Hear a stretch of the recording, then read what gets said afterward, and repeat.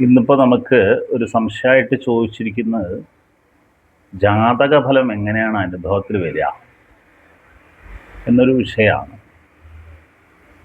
അല്ലെങ്കിൽ ആ ജാതക ഫലം എല്ലാവർക്കും എന്താ തുല്യമാവാത്തത് എന്നുള്ളൊരു വിഷയമാണ് സംശയമായിട്ട് വന്നത്.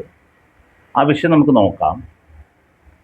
ഇപ്പോൾ ജാതകം എന്ന് പറയുന്ന തന്നെ പൂർവാർജിതമായ കർമ്മത്തെയാണ്, പാകമായ കർമ്മത്തെയാണ് ജാതകത്തിൽ മനസ്സിലാക്കാൻ പറ്റുക. അപ്പോൾ പൂർവാർജിതമായ സഞ്ചിത കർമ്മങ്ങൾ, അതോട് പ്രാരാബ്ധ കർമ്മങ്ങൾ, ആഗാമി, ഇങ്ങനെയാണ് 3 വിധം കർമ്മ വിഷയം വരുന്നത്.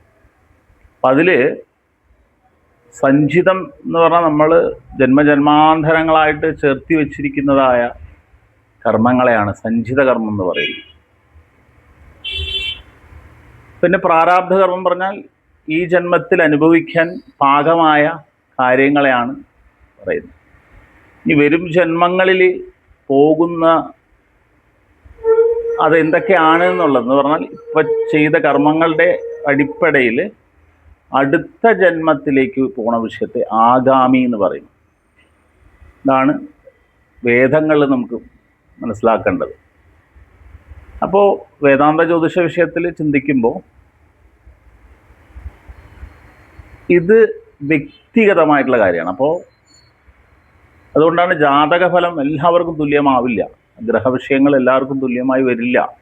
കാരണം എന്താ വെച്ച് കഴിഞ്ഞാൽ അവരവരുടെ കർമ്മഫലം ഉള്ളത് അവരവരുടെ അന്ധകരണത്തിലാണ്. ഈ അന്ധകരണത്തിലാണ് നമ്മുടെ പൂർവാർജിത കർമ്മം, ആ ഫയൽ ഉള്ളത്. അപ്പോൾ നമ്മൾ ദുഃഖമായാലും സുഖമായാലും എന്തനുഭവമായാലും അനുഭവിക്കുന്നത് മനസ്സിലൂടെയാണ്. മനസ്സിലൂടെയാണ്. നമുക്ക് ഈ കാണുന്നതെല്ലാം മനസ്സാണ് എന്നൊരു വിഷയം വളരെ ശ്രദ്ധിച്ചു നോക്കി നമുക്ക് മനസ്സിലാക്കാൻ കഴിയും. അപ്പോൾ ജാതകത്തിൽ നോക്കിക്കഴിഞ്ഞാൽ ഇതേ പ്രോസസ്സ് തന്നെയാണ്. ജാതകം 12 രാശികളിൽ 27 നക്ഷത്രങ്ങളുടെ ഉള്ളിലാണ് രാശിയെ എൻ്റർ ചെയ്തിരിക്കുന്നത്.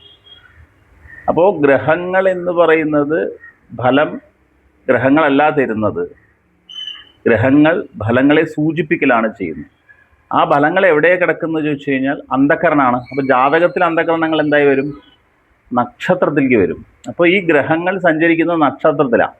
അപ്പോൾ ഓരോ വ്യക്തികളുടെയും അന്ധകരണത്തിൽ എന്തൊക്കെയുണ്ടോ അത് ആണ് ജാതക ഫലമായിട്ട് വരിക. അപ്പോൾ ആ ജാതക ഫലങ്ങളെ മാറ്റിയെടുക്കാനുള്ള വഴികളുണ്ട്. അപ്പോൾ മനസ്സെന്ന കോൺസെപ്റ്റിലേക്ക് വരും. അപ്പോൾ ജ്യോതിശാസ്ത്രം തന്നെ മനസ്സിനെ 3 കാറ്റഗറിയിലേക്ക് മാറ്റി. അല്ലെങ്കിൽ 3 കാറ്റഗറിയിലേ മനസ്സുള്ളൂ. 3 ഗുണങ്ങളാണ്: സത്വഗുണം, രജോ ഗുണം, തമോ ഗുണം. ഇങ്ങനെ 3 ഗുണങ്ങളാണ് ഉള്ളത്. ഈ 3 ഗുണത്തിലാണ് ഈ ലോകത്തെ ഫുള്ളായിട്ട് നമുക്ക് കാണാൻ കഴിയുന്നത്. അപ്പോൾ ഓരോരോ ആൾക്കാരുടെയും പൂർവാർജിത കർമ്മം നോക്കുമ്പോൾ സത്വം ഗുണമാണ് ആധിക്യമെങ്കിൽ ആ വ്യക്തിയുടെ ക്യാരക്ടറും ശൈലിയൊക്കെ വ്യത്യാസപ്പെടും. രജോ ഗുണമാണ് ആധിക്യമെങ്കിൽ ആ വ്യക്തിയുടെ സ്വഭാവവും ഗുണങ്ങളും വ്യത്യാസപ്പെടും. തമോ ഗുണിയാണെങ്കിലും അതേപോലെ വ്യത്യസ്തങ്ങൾ വരാം. അപ്പോൾ അത് നമ്മൾ ജാതകത്തെ മനസ്സിലാക്കണം. അപ്പോൾ ജാതക ഫലം എന്ത് ചെയ്യണു? ആ അന്ധകരണത്തിലുള്ളത് മനസ്സിലൂടെ വന്ന് അത് നമുക്ക് അനുഭവമായിട്ട് വരണു. അത് നല്ലതാവാം, കെട്ടതാവാം. പക്ഷെ ഇത് മാറ്റാനുള്ള വഴികളുണ്ട്. എല്ലാം മാറ്റാൻ കഴിയില്ല, എങ്കിലും മാറ്റാൻ പറ്റുന്ന വഴികളും ഇതിൽ ഉണ്ട്.